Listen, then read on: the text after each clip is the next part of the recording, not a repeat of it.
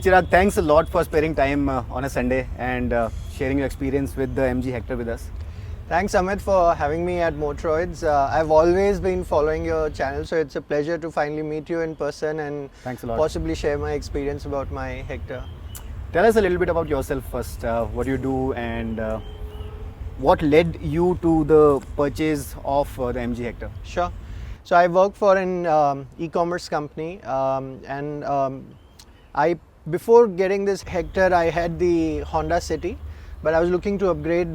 It's been 16 months that I have this one, and I'm absolutely happy with my decision to buy a Hector automatic. I think it's a lovely family car. You have a lot of space, and it's fun to drive. Well, when MG came here first, there was a lot of apprehension about how the after-sales service would be and how expensive the spares would be. Running costs, the cost of ownership, a lot of doubt was there, it was not very clear about it. So as of now, are you happy with whatever the experience has been thus far? Yeah, I think it's been a fantastic experience with their after sales service. So I kind of booked a plan where I paid upfront for 3 years support, and pretty much the only thing I pay for is the driver who comes to pick the car and drops it at the end of the day.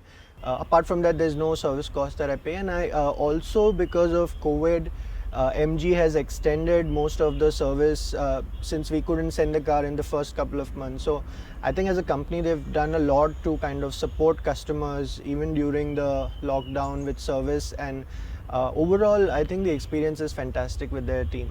So Chirag, which variant did you go for, and what was the on-road price of the car when you bought it? Yeah. And did you think that it was good value for money at the time when you bought it? Absolutely. So this is the Sharp DCD automatic top version. So you bought the petrol? Yes, okay. Petrol one. I think it costed somewhere around 21 lakh on road. Okay. And obviously I put in some more accessories on top of it. But it's an absolute bang for your money. With the amount of features, the space, you can't ask for more. Okay, good to know that.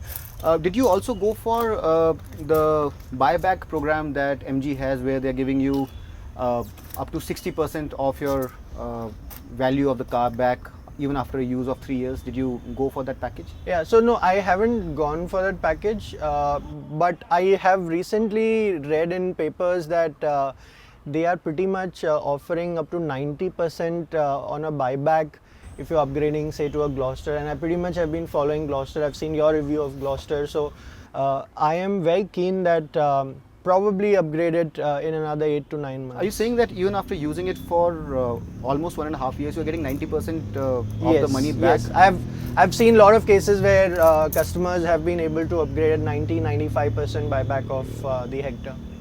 So are you considering? Yes, absolutely.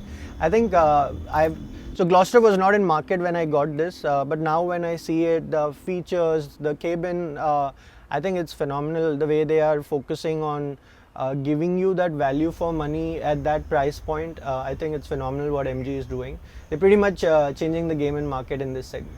It must have been difficult for you to choose the MG Hector because it wasn't too long since it was launched at the time that you bought it. It's been 16 months as you mentioned, and the car has not been older than 2 years, because from what I remember it was launched in, I think, June 2019, so it's been exactly 2 years now. Correct. And I think about 6-8 months after that you bought it. So was it a little bit difficult for you to take that decision at that point in time, or were there some things that you really liked about this car? No, I think the first time I saw the car at Bangalore showroom of MG, because I was earlier based out of Bangalore, and the minute I got into the car, it gave me a wow feeling. And then eventually when I was in Mumbai, I went with my wife and she was immediately sold. So it was a no-brainer for us. It came in Feb last year and lockdown started in March. So we haven't been able to go and travel so much, but I've still taken it once to Goa, once to Alibag. So I think the experience is just mind-blowing. When you sit on that driving seat, the view that you have, it's just powerful. So since you love the drive part of the car so much, why don't we just take it out for a spin? Absolutely. You behind the wheel and me asking you some more questions from the passenger seat. Let's do it. Let's go.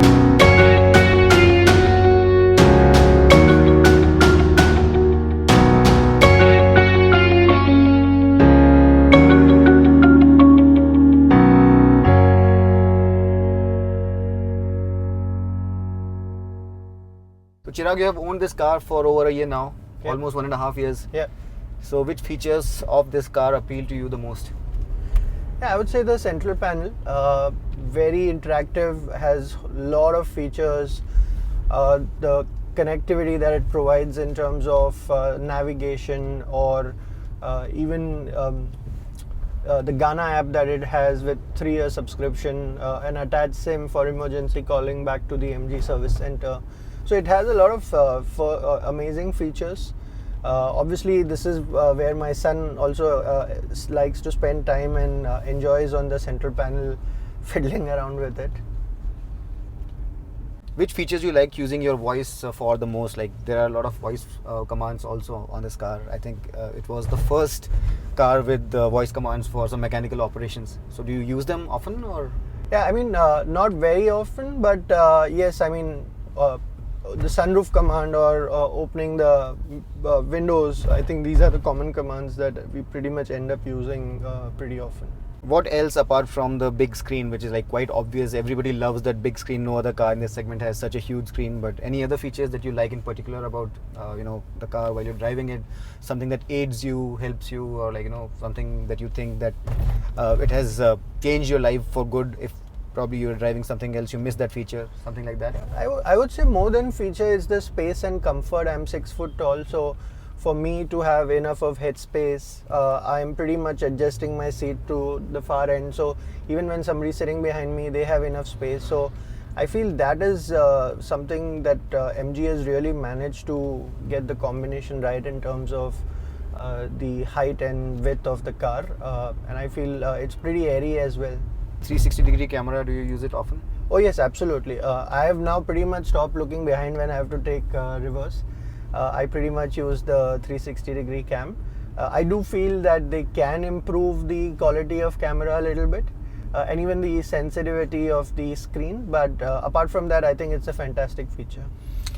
About the build quality of the car, like I know for a fact that you like going out to places around Mumbai. So sometimes the roads are not very good. You need a certain amount of ground clearance, and you also require the car to be built well to tackle bad roads. So how do you rate the car in terms of the build quality? Is it like built decently well, or do you have any complaints? No, I think the suspension and all is pretty solid, and we pretty much don't really feel that inconvenience ever in the car. Right? It's super comfy from that perspective. Talking about comfort, do you think that the suspension is nicely sprung, or do you think it's stiff, or would you want to change it in some way, or is it comfortable enough for you? I mean, I'm not that technical, but I feel it is fine. As a regular user, I feel this is perfect. I wouldn't change anything in the car the way it's been technically built out. About the cabin insulation and everything, the noise that comes in, are you fine with the insulation that the car has, or do you think that it could probably have been better insulated? No, I think if you like, we are right now in a busy area on a Sunday at Lonavala, and pretty much we don't hear the noise from outside, so it's very well insulated, I would say. About the interior quality, has the interior held itself well, or is it like falling apart? Any squeaks or any sounds that you hear, something that annoys you, something that you think should have probably been built better? Any complaints with the build quality of the interior you have? No, absolutely nothing. And honestly, it's not because I'm reviewing it today with you. I genuinely haven't found any issues in the car in the last 16 months that I've owned it. About the service part again, do you think that the service part has been taken care of well by MG? Because a lot of brands come here, but the pain point for most of the customers who go in for a global brand, like if you're going for something from say Europe or even Japan, so apart from the mainstream brands which have really established themselves, if a new brand is coming in, sometimes what happens is the service and spares is a bit of an issue. So have you faced any trouble on in that department, or?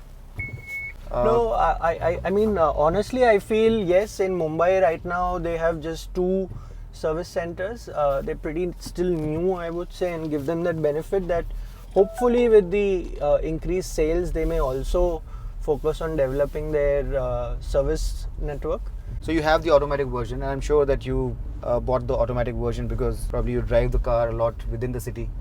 So how is your experience driving this car in the city, since you live in Mumbai and the traffic there, everybody knows that it's chock-a-block most of the time. So what is your experience within the city and on the highway? Honestly, from an mileage perspective, highway is pretty good with an automatic. Like the recent one that I did gave me about 8.5 kilometer per liter. City wise, I would say it's a little low, but then that's expected from any automatic petrol given the engine power. So I don't bother too much about it when I'm driving in the city, but highway it's fun to drive and it gives a pretty good average as well. I think even from a gear perspective, it is pretty effortless, right? When you're driving such a big car, automatic one within city, it becomes easy to maneuver. The steering is pretty light. There's a lot of good play to it, so it's very effortless even when you're driving within the city. And handling and everything, when you say, you're driving on the highway, if you want to be going around bends, sometimes you want to be enjoying yourself. So do you feel the car is in control, it holds its line well, or do you think that it's moving about and, what's your take on the handling aspect of the car? It's pretty sturdy. Yesterday I was at 100 plus and people sitting in the car couldn't really understand that, we are moving at such a fast pace. For them, it was like we are driving at a very normal speed. So that's the kind of sturdiness you get when you're sitting inside this cabin. So yeah, I mean, I've had a couple of my initial free services done, and MG team has been very supportive even during the lockdown when it came to servicing the car. They've also sanitized it pretty well before returning it. So I think the overall experience with service, despite them having a smaller network of service stations, and I'm sure as the sales increase, they are going to probably invest more in opening more service network within the city. In terms of the overall cost of ownership, including everything, do you think the warranty and the cost of ownership in terms of how much money you have to spend running it, servicing it, do you think it's a car which is affordable, par for the course, or expensive? How would you rate it? I would not say it's expensive at all. The MG Shield program, I think that's what they call it. When I took it, I've just paid a nominal fee for the first 3 years, and it pretty much covers the entire servicing cost. The only thing that I pay for is for them when they kind of send a driver to pick up and drop the car for service. How much is that cost? How much do you pay? Just 350 rupees for the pickup drop. Okay. But that's a lot of convenience, especially you don't want to right. go to the service station, drop it, and then come back either by a cab or something. So right. It's again added convenience, I would say. Right. Now, we have talked about a lot of things which are positive with this car, but I'm pretty sure that there are some things that you don't like about it. So would you like to mention them? Some things that you thought would probably be better, and things that you think are not to your satisfaction. Yeah, I think like I mentioned, the touch, the response time has to improve, and the camera quality. Okay. And if I'm not wrong, in the newer models that they've released, they've pretty much been trying to fix some of these gaps that you see. Right. Also, I've seen that they're sending regular updates to the app. So first they didn't have the Hindi English commands, which is also now come with the new update. So you updated your system yes, with, okay. Yes. It regularly prompts or there's an auto upgrade to the screen as well. So again, I would say minor quirks here and there. Apart from that, no complaints. See, a lot of people have complained about the small wheels of the car, that they don't fill up the arches very well. Do you think that's a problem with you, or you're okay with that? Do you think had the wheels been bigger, you would have appreciated it? Yeah, I think they've done that with the latest model. So yes, definitely having a bigger tire would have looked much better given the overall size of the car. But I think they've improved it in the recent models that have got released of Hector Plus or the new Hector, 2021 Hector. About the interior quality and trim, how is it aging? You think that you are happy with the color and the trim and everything, or would you have wanted it any other way? has the interior aged well, or do you see some signs of wear somewhere? No, I don't see any wear and tear. I mean, the usage has been low because of the lockdown, but no complaints, absolutely. Also about the exterior color, what happens is sometimes you start seeing the color fading and some corrosion coming in. Any signs of that anywhere on the car's exterior? Yeah, so no issues. Haven't seen any corrosion or any other external damage due to weather or environment. I think absolutely fine. Although I would have loved to have a dual tone, which was again not an option available when I took this car. You mean the interior? No, the exterior, where now they have the dual tones of like black, white. Yeah, I think quite a lot of features have been added in the latest version. So yeah, you're right. They're adding features as they move forward. But that is always going to happen. New features are always going to be added to more modern cars, so you cannot help it. True. About the interior, you're happy with the color that you have, the black, all black kind of an interior? Yeah, I'm a fan of all black, so.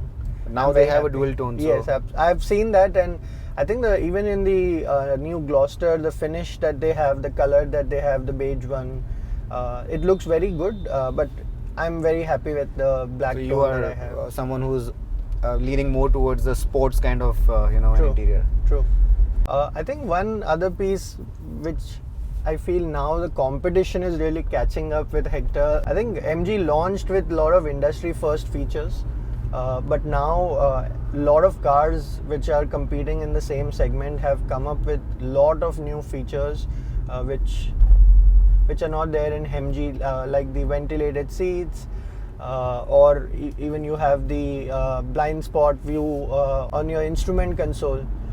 So I feel MG will have to watch out for and keep upgrading those smaller things so that customers don't lose interest in MG. As I mentioned, these features are going to be improved over time, and it's always a seesaw kind of a game where at some point in time one manufacturer is ahead, and at a later point in time the other manufacturer also catches up. So I think that is bound to happen. But overall, are you happy with the feature set that you have on your car? Absolutely. Super happy customer, and couldn't have asked for more value for money than what I have with my MG today. Can you show us some tricks about your car that you've learned over the past 1.5 years, the voice commands or some other things that are not available in regulation cars? Hello MG. I'm here. Khulja Sim Sim. Yeah, that's cool. I guess we'll have to shut it off quickly because it's drizzling. Yeah. So how do you shut it now? Hello MG. I'm listening. Close the sunroof. Wow, that's cool. So do you make use of these voice commands often, or it's just like a party trick for you? I would say my son loves to fiddle with it. I'm not that much into voice commands because when you're driving, you're not focusing too much on some of these voice prompts. But yes, when he's around, he definitely loves to play with it. So I've talked with a lot of people who have owned a variety of brands and models, and while I was skeptical that MG, while it came with a very competitive product at a very competitive pricing, they would probably flounder at the service and spares department. But talking to you, it seems like you're very happy and they're taking care of their customers rather well. So that's a good thing to know. And that's one big worry that people have in India. The customer is very erudite when it comes to taking care of that aspect, because people are willing to pay a lot of money at the outset, but they are not willing to part ways with money when it comes to servicing or spares.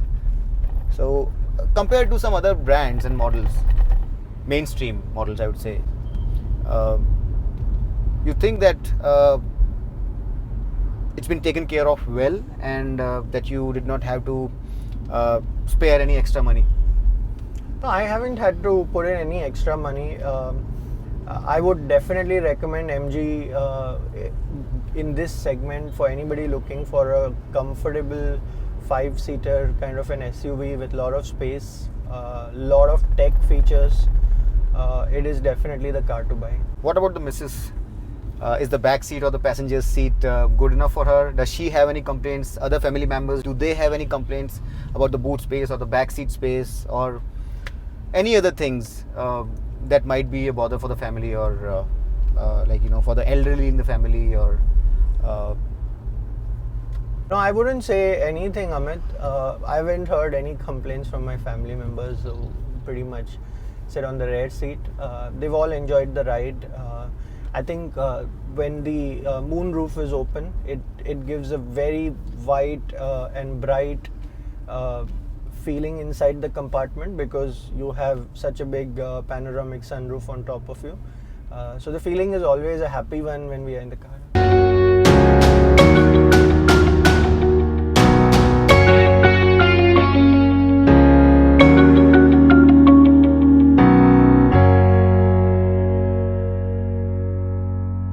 Alright, Amit, I hope you enjoyed that drive. I did a lot, Chirag, and thanks a lot. I really appreciate you having spared your time on a Sunday and given us insights about how it is like to own an MG car, because there are a lot of things that I was really not aware of, like the cost of ownership that you talked about, specifically the service and the COVID package that MG has provided to its customers is really appreciable.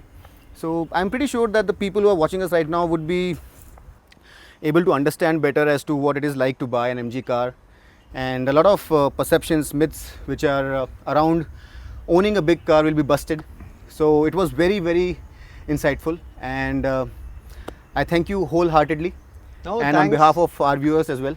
And I really hope that your dream run with the MG continues, and if ever you want to upgrade to the Gloucester, you get the maximum bang for your buck. Absolutely, and it's been absolute pleasure to be with you today to get some more insights on technicalities which I, as a owner of the car, probably might not be aware. So thanks, it was fun and it was very insightful, Amit. So Thank you very much for appreciate your the time. Thanks a lot. So that was that, guys. Chirag sharing his experiences with the MG Hector with us, and I really hope that this video was of some use to you. If you liked it, hit that like button, subscribe to Motoroids, and until next time, this is Amit Changani signing off. Rev hard, rev free, and drive safe.